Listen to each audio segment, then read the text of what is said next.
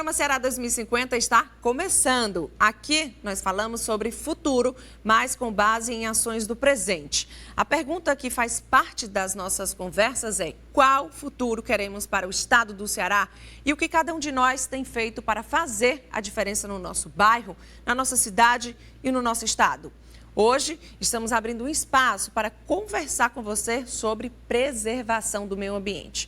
A plataforma Ceará 2050 é um projeto do governo do estado do Ceará com a parceria da UFC, Universidade Federal do Ceará, e representantes de entidades públicas, privadas e da sociedade civil. Vamos juntos construir o Ceará que queremos?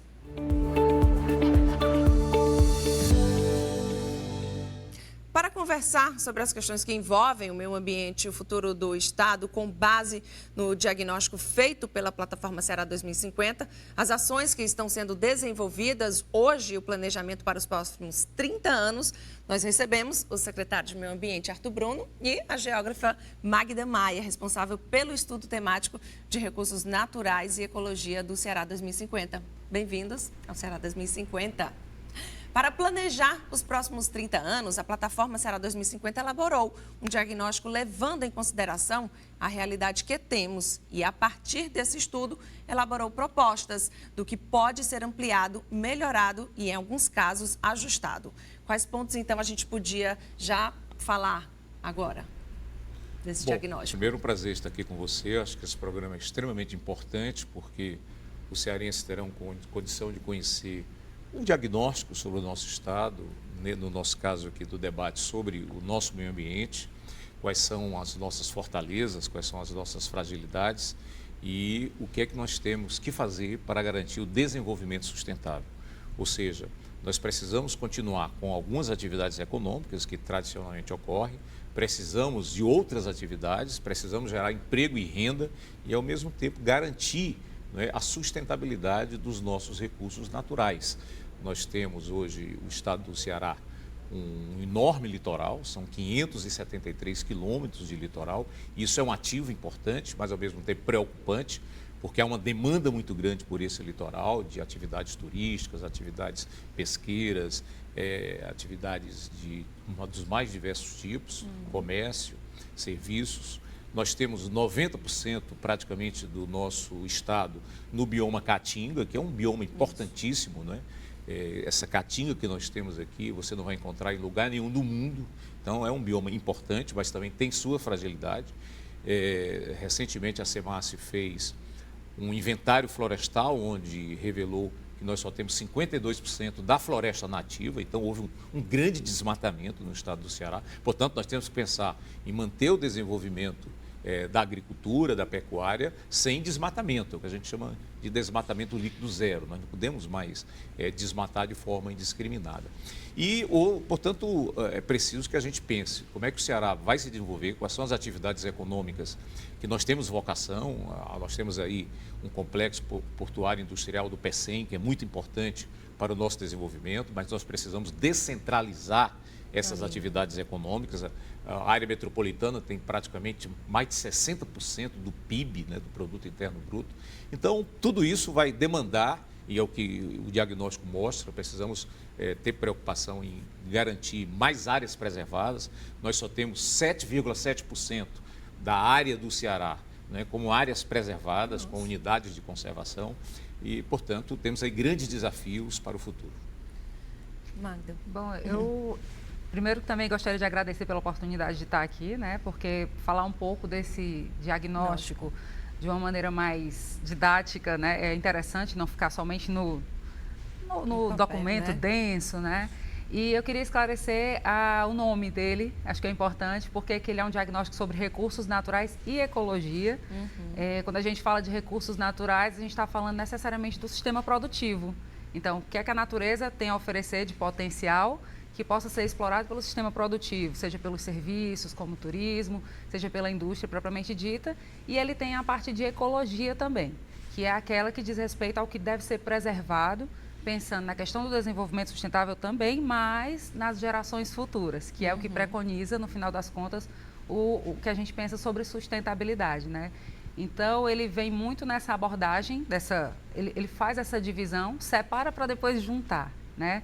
trazendo várias informações sobre essas potencialidades e também mencionando questões de inovação. O que é que o estado do Ceará pode potencializar, que não tem sido trabalhado, ou tem sido pouco trabalhado até agora, como alternativa, até mesmo para a gente conseguir superar alguns problemas, como a escassez hídrica, né? A insegurança hídrica. Como é que as cidades podem se comportar nesse contexto, qual é a função dessas áreas urbanas, como elas podem contribuir para os ambientes. Então, é um diagnóstico, deram um desafio de fazer ele bem, né, de uma forma bem sintética e tudo, mas no final das contas é muito difícil porque é um estado, e é um estado muito rico.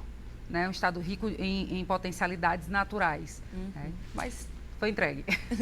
E o que a gente pode dizer hoje? O Estado, o secretário falou isso, apenas, né, cerca de 7% é de área preservada. O que pode mudar? Como que as pessoas podem agir a partir de agora para reverter alguns quadros que são preocupantes ou que é necessário fazer essa mudança para a gente pensar, né, daqui a 30 anos? Bom, eu acho que o Ceará avançou em alguns aspectos, né? A professora Magda coloca uma questão importante, que é a questão dos recursos hídricos, né? Veja que esse ano é um ano que está chovendo acima da média e as nossas grandes barragens estão com pouca água. Quer dizer, o Castanhão está aí com 5%, o Oroz com 9% da sua capacidade. Quer dizer, nós temos aí em torno de 20% das nossas barragens com água. Quer dizer, nós temos 155 barragens que a COGÉ, né, faz o monitoramento e nós só temos 20% da capacidade desses açudes. Então, isso é um problema, porque hoje o Ceará já tem 75% da população vivendo nas cidades. Então, nós temos uma população extremamente urbana que demanda muita água. Ao mesmo tempo, nós temos um complexo industrial portuário do Pecém que também demanda água. Quer dizer, os investidores virão para o Ceará, os resorts, os hotéis, se tivermos água. Então, o Ceará, apesar dessa precariedade, vem trabalhando bem essa questão da gestão das águas. Talvez seja um dos estados do país que melhor trabalha, uma referência, né, a gestão das águas do estado do Ceará. Nós temos um sistema de recursos hídricos extremamente complexo, bem montado, com a Secretaria de Recursos Hídricos, com a Sohidra, que é quem faz os açudes, os poços, e a COGÉ, que faz o gerenciamento desses recursos hídricos. Nós temos 12 bacias hidrográficas, que todas têm um comitê de bacias, que negociam com o governo como é que vai ser essa outorga da água, para onde é que vai a água. Então, isso, de certa forma, está bem montado. Mesmo assim, nós ainda temos uma precariedade muito grande, nós ainda dependemos de bacias hidrográficas de outros estados. Por isso que é importante a transposição do São Francisco. Nós precisamos das águas do São Francisco, que ainda não chegaram, estão atrasadas, né? É um projeto que já deveria ter sido concluído e ainda não foi. Nós precisamos dessas águas. O Ceará pensou todo um sistema de transposição de bacias, né? Isso está pensado, isso está planejado, mas também nós precisamos de recursos para pôr em prática tudo isso, né? Então, portanto, eu diria que nós temos problemas ambientais muito sérios. Nós citamos aqui talvez o mais sério, que é a questão da escassez da água. Mas também nós poderíamos colocar a questão do saneamento básico. É um problema seríssimo, né? Para o turismo, por exemplo. Como é que nós vamos fazer o turismo se os 20 municípios litorâneos, muitos deles não têm esgotamento sanitário? Então, o Ceará, apenas 40% das cidades, das vilas, tem rede de esgotamento sanitário. A questão do resíduo sólido é outro problema seríssimo. Desde 2014, nós já não poderíamos mais ter lixão. E o Ceará tem mais de 300 lixões. Tudo isso na ilegalidade, inclusive. Então, são desafios, nós estamos correndo contra o tempo, não é? E o Ceará 2050, esse planejamento, vai nos nortear, vai dar prazos, né, para que efetivamente a gente possa, ao mesmo tempo, como disse no início, garantir o desenvolvimento econômico e, ao mesmo tempo, também preservando a natureza e dando melhores condições de vida, qualidade de vida. No fundo, o desenvolvimento sustentável é você gerar emprego e renda com qualidade de vida e com proteção à natureza para as próximas gerações. Porque nós podemos chegar a um esgotamento desses recursos e isso irá trazer um grande prejuízo para as gerações futuras. Em complemento, né? O que o Arthur Bruno traz aqui é uma visão sistêmica, né? Ele vai falar da questão hídrica e traz a questão do esgotamento sanitário, do saneamento de modo geral, e esse é um fator crítico, né, que está dito no diagnóstico, porque você tem um trabalho forte para a questão da disponibilidade hídrica, das fontes alternativas de captação de água, mas a gente também precisa entender que o trabalho de preservação da qualidade dessas águas, de controle da qualidade dessas águas, e também a questão das nascentes, da proteção das nascentes através da composição de novas unidades de conservação no estado, é a garantia, né, da água que nós temos aqui, que a gente continue tendo essas águas, porque a gente precisa sim das águas que vêm das outras bacias, mas a gente precisa cuidar de uma forma crítica em termos de quantidade, ou seja, evitar o desperdício, tornar o sistema de abastecimento de modo geral mais eficiente, certo? E também cuidar da qualidade, né? É um trabalho em conjunto, é um trabalho que não depende só do Estado. Precisa que as prefeituras contribuam com esse trabalho, garantindo a qualidade dos mananciais, precisa que a população cuide disso, né? Então, a gente tem que entender que é tudo um grande sistema e que todo mundo tem a sua função muito específica, né, para garantir esse ecossistema vivo funcionando. Na medida que vocês vão fazendo esse diagnóstico, contando aí com a participação das pessoas, as pessoas têm se mostrado com vontade de mudar ou então, assim, querendo ver o diagnóstico desses problemas, vendo a raiz, como você falou, faz parte de cada um. Se cada um se mobilizar, a gente pode não conseguir chegar lá. Né? Então, assim, você vê essa participação? Eu percebo muito claramente uma predisposição, uma necessidade, uma tendência das pessoas a começarem a trabalhar as questões da sustentabilidade de uma forma mais efetiva.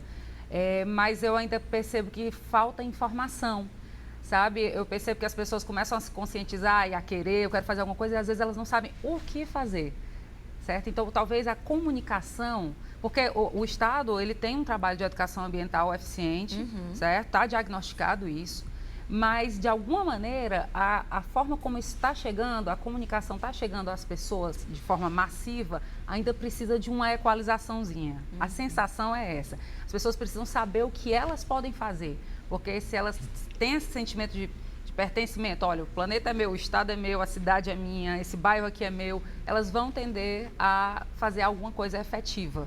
Né? Eu vou dar um exemplo aqui, a Magda colocou muito bem essa questão. Um exemplo de boa organização da sociedade são os comitês das bacias hidrográficas, né? Como eu falei, nós temos 12 bacias hidrográficas, cada bacia tem um comitê e esse comitê tem representante da sociedade, dos municípios, do Estado, das secretarias de Estado. Então, é bem interessante o funcionamento dos comitês de bacias.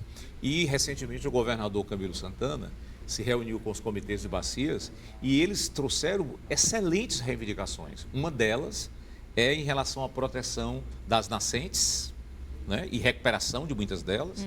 Elas são APPs, quer dizer, área de preservação permanente, num raio de 50 metros em torno da nascente. Não se pode plantar, não se pode ter atividade econômica, justamente para preservar essas nascentes. Trouxeram a preocupação com as dunas, e nós estamos vendo que a duna ela não é só importante pela beleza, não é estética, pela importância física, não é? Mas ela também é um reservatório de água. E o nosso sistema de recursos hídricos hoje está extraindo também água das dunas. E o comitê colocou isso, os comitês colocam isso. E as serras.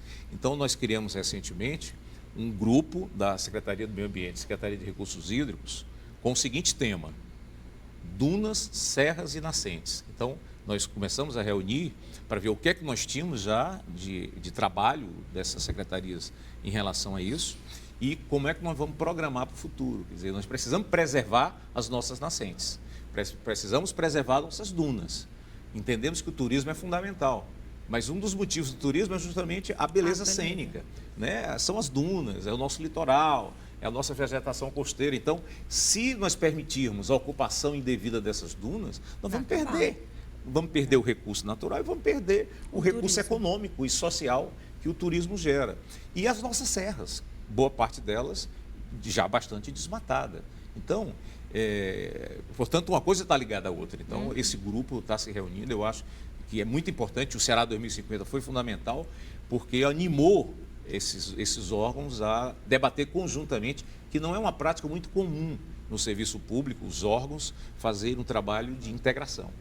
É isso. A gente teve um programa sobre turismo e a gente debateu exatamente sobre isso. A Jericoacoara, a gente, né, foi um exemplo, porque como conseguir manter aquilo, uma vez em que o turismo é interessante, mas se não tiver o turismo, não tem a beleza, como o senhor acabou de falar. Então, assim, como é que a gente conscientiza as pessoas que é preciso preservar o estado do Ceará? Ele é conhecido muito por suas belezas naturais. Então, atrai as pessoas para conhecer essas belezas. A gente tem na própria cidade mesmo o Parque do Cocó, que é um grande parque, é o maior. Então, assim, como conseguir preservar tudo sendo, tocando já no assunto que você falou, conscientização da própria população? Como é que a gente vai conciliar tudo isso para manter no nosso futuro? Nós começamos agora, nesse ano de 2019, um trabalho muito interessante, que inclusive é a minha prioridade enquanto secretário do Meio Ambiente, que é a educação ambiental. Nós lançamos o chamado Selo Escola Sustentável. SEDUC, Secretaria de Educação, e Secretaria do Meio Ambiente. Como é que nós estamos trabalhando? Educação ambiental já está na Constituição Federal, está na Lei de Diretrizes e Bases da Educação, está no currículo. Toda escola tem que ter educação ambiental. Na prática, às vezes isso não acontece muito, né? Então, o que é que nós estamos fazendo? Criamos esse selo e as escolas terão que ter programas, não só de teoria, de debate, de discussão, mas de prática. Por exemplo, toda escola terá que fazer um trabalho de arborização, separar o resíduo sólido reciclável do rejeito, né? Trabalhar energias renováveis, trabalhar projetos com a comunidade. Então, são 720 escolas estaduais, né? Isso será um grande incentivo. E nós estamos estimulando as prefeituras a fazerem a mesma coisa nas escolas municipais. Portanto, a educação ambiental começa no berço, é na família e é lá na pré-escola, lá na educação infantil, na creche, né? Então, que é um trabalho do município, a educação infantil e a educação fundamental. Portanto, eu acho que a gente vai ter que formar aí uma nova geração, tá certo? E educar as que não foram educadas no momento adequado. E aí os meios de comunicação são fundamentais. As prefeituras são decisivas. As prefeituras precisam se aparelhar, precisam ter técnicos na área ambiental. A maioria não tem, né? Os seus órgãos ainda são muito frágeis. É preciso incentivo e é preciso que a população pressione os prefeitos, os gestores, a ter essas estruturas para que nós tenhamos políticas ambientais nos municípios. Um outro fator também importante é que a gente, quando trabalha a educação ambiental, a gente sempre, imediatamente a gente associa a educação na escola e as crianças, que sim, tem que ser feito. Mas a gente também precisa trabalhar o que o Capra, né, ele chama de ecoalfabetização. A ecoalfabetização é algo que é feita para os adultos, né? Jovens e adultos que não tiveram, nós, né, nossa geração não teve a oportunidade de ter educação ambiental formal na escola. E ele chama ecoalfabetização porque é como se essas pessoas elas não tivessem aprendido a ler o meio ambiente. A gente não entende esse sistema, de modo geral, que tudo funciona em conjunto. Então, essa ecoalfabetização, um caminho seria através dos meios de comunicação, porque todo mundo está ligado nos meios de comunicação, as redes sociais, a tecnologia seria um caminho para atingir esse público mais adulto. Ok, então a gente vai fazer o nosso primeiro intervalo. A gente faz uma pequena pausa, daqui a pouquinho a gente volta com mais Ceará 2050. Apoio Cultural Via Direta.